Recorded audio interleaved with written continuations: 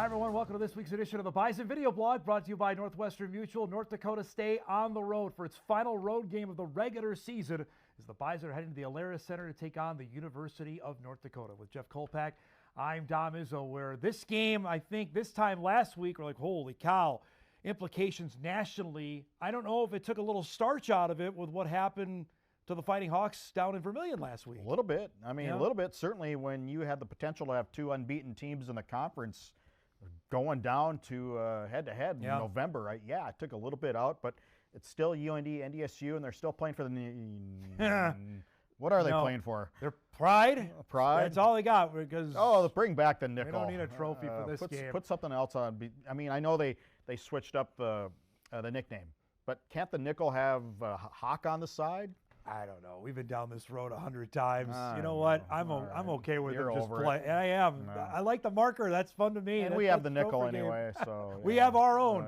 Let's first start because I've got a bunch of emails on my show about how the Bison played. I don't know if fans are being nitpicky or is there some legitimate gripes of what you saw out of Saturday's game against Youngstown? I vote nitpicky. Okay. I think because I think Bo Brungard's one of the best quarterbacks, not only FCS, I think he's one of the best in the country because the way he can move and the way he runs an offense, he throws it pretty well. Statistically, he's one of the best throwing and running. That's pretty tough to do. Yep. Usually it's one or the other. Cole Payton the same way is statistically really good running and throwing. So I just think when you face a team that was desperate for a big win like Youngstown was, teams come into the Fargo Dome and they're jacked to play there. And well prepared. I thought Youngstown was well prepared. Personally, I thought offensive line played pretty well. Youngstown's was against a veteran offensive line too. It's not without, I think the Bison didn't play well in some areas. I think missed tackles, they had more than we'd seen this season. But, I mean, defensively, they forced 2 turnovers. They made special teams play, and this is what I wrote about in my column on Sunday. It's like, okay, well, if the offense isn't playing as great, defense isn't. Third part of the game, boy, they were lights out on special teams on Saturday. And they won that part of it. Yes, they certainly did. They're going against a team with Kai Flash Wilson, who week before returned a kickoff 100 yards. Now NDSU flips it, and it's Youngstown that makes the critical error on the Wilson fumble on the kickoff. That to me, in that 2-minute portion, that was the game right there in the end of the second quarter. I have one other thing I ask you about. We didn't have time on hot mic, so I'll ask it here. Did Youngstown show anything blueprint-wise to contain Cole Payton? Payton was good, but it wasn't what we've seen in the previous 8 games of the year. Well, I guess maybe or maybe not. You have to ask the coordinators on that, whether they feel like they did something different. But I just, Cole Payton's not going to be a Heisman Trophy winning candidate every week. I mean, there's times when it's just not there. Yeah. I thought Youngstown, again, defensively played pretty well. But then Cole Payton on third down, and this is the mark of a really good quarterback, and to me, the mark of a Walter Payton Award winner, and like Easton should have been in 18 and Trey was in 19, that he was so good on third down and just clutch plays. The one to Rajah Nelson in the fourth quarter, that was a 3rd and 10 that he converted, kept the clock moving, and ultimately that was a big play in the game. He had 3 separate conversions to Rajah Nelson, which again 3rd and 16. 3rd and 18 it ended up being. I mean, just the times he's been able to go down the field and find him. Well, all the attention's on Bryson, rightfully so, but Rajah's secretly had a really, really good year. Yeah, Rajah, he has such good hands. He's a veteran guy. He's their only 6-year player. Dynamic, very athletic. He's doing everything I thought that NDSU wanted him to do this year up to this point, and that's making those big third down plays. That's being real complimentary to Bryce Lance, who's getting a lot of attention, obviously. Either getting doubled or they're crowding him a little bit more than any other Bison receivers. And I continue to see Rajah continue to have those types of games. All right, let's talk on the University of North Dakota. They're 6-3 on the season.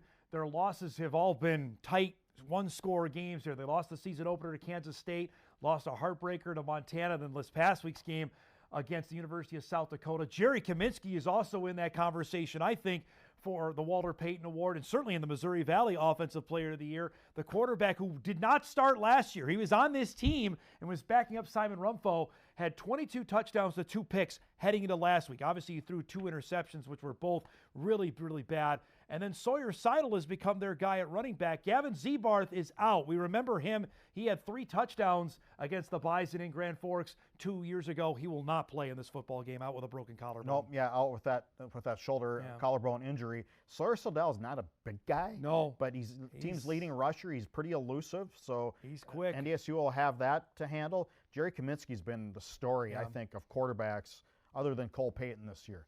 I mean, I agree. We knew Bo Bungard was coming back. We knew he was good. And what Cole's done and burst on the scene, but same with Jerry. Yeah. I think he's and it goes to show you what the coaching staff has made at UND, and they made right decisions. Yes. You know, everybody thought the San Diego State transfer was going to be the guy. You know, he came in, looks the part. He's no doubt about that. FBS He got paid the part, too, from what I was told as well in NIL. But then Jerry Kaminsky just, he stayed the course like Cole Payton, kid from Wisconsin, smaller Sun Prairie, Wisconsin. Yep, came from Wisconsin. And I know NDSU, Tim Paulsek has tried to recruit. He knows the family. No doubt. He knows Jerry Kaminsky. The staff, Eric Schmidt, has made the right moves. They slipped up last week, though. There's no doubt about it. I don't know how, and I'm sure Eric Schmidt's having his press conference today to address what went down in Vermilion, if that was a look-ahead trap on their own part, knowing full well they got the Bison and potential. Now, frankly, they have 3 losses, and they still have the Jackrabbits coming up at the end of the month. That they're going to have to win one of these 2 games just to make the playoffs now after losing to South Dakota. I think you're correct on that, but at least they have them both at home. Exactly and right. we're talking on your Hot Mic show. When was the last time the Bison have played well? Rip the lid off of this. In the Alerus Center. I'd have to go back, and it was 1995, and that wasn't the Alerus. I think that was Memorial Stadium. So I don't know if they've ever played well. Granted, 0 times? Maybe. I mean, there's 12 years where they didn't play because of the Division I difference. So they've only played in the Alerus 3 total times, correct? As 03 was the first time up there. That was the overtime game. Didn't play well. 2021, which the Bison needed a late touchdown to win 16-10, and then last year, 2023, they lost 49-24, and they certainly didn't play well in that game. I think there might have been one more time before that, but when's the last time they played well in Grand Forks was when Kevin Feeney and Reggie Scott were running the show, quarterback, running back, and that was the playoff game where they came back and did some funky maneuver to the veer offense that caught UND off guard. Feeney was running wild that game. That was a long time ago. That's 1997, the last time that they played well up there, according to what our research is on that. I have to imagine UND's going to throw the kitchen sink here. I mean, I don't know if Trick plays, but it means something. They're going to be fully ready for this football game. Yeah, you got to be careful, though. I mean, I think one of the problems UND has had in the series is they almost put too much stock in it. Like, I don't think you can be the Super Bowl. You can't. It's a regular season game. Yeah, is it kind of a must-win? It is, but is it the Super Bowl? Well, that to fans, I think it is. To the team, it can't be. It can't be. To your point. Because if you throw absolutely everything into it, well, luckily they got Murray State next week. Yes. But then you got South Dakota State 2 weeks later, and I think UND has faced NDSU and then had to remember Northern Iowa. No doubt 2 years ago. Yeah, they beat NDSU and they handled them, and then go to Northern Iowa and get shut out. Shut out. That's correct. And that can't happen. I would look at this on the Bison side of things here, knowing they were going to come out and play well last year against UND. That game here, obviously, Paulsek had heard a ton of it in the offseason from fans on his tour around North Dakota that, hey, we can't have that happen again. And I think you knew that kind of performance was coming. This is the one where I think the rubber hits the road. I'm really interested to see how he brings a team up there, knowing full well what happened 2 years ago and how well they played this game. I think there's enough evidence for him to take to his team and go, okay, last week, didn't play that well at Youngstown, gave up some stuff defensively. Look at the series. NDSU has never gone up to the Alerus, and it's only been three times. So I don't know if that's a whole lot of data, but that's enough. 3 games is more than a trend, it's I enough. would say, on that. I would also say, and he said this last week addressing the South Dakota State game, the Dakota games are really, really important to us. And he's got to lose.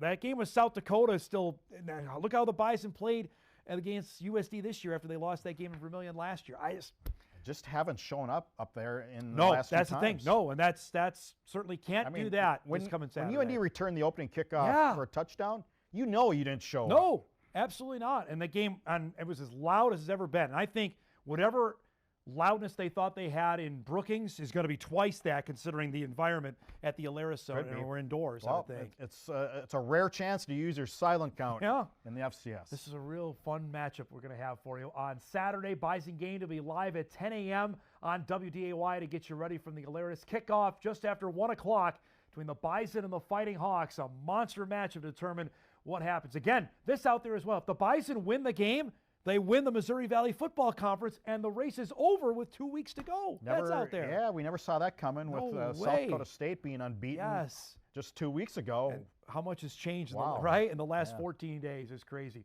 We'll have stories all week, Inforum.com and on WDAY to get you ready for the game. For Jeff Kolpack, I'm Izzo. That's this week's Bison Video Blog, presented by Northwestern Mutual.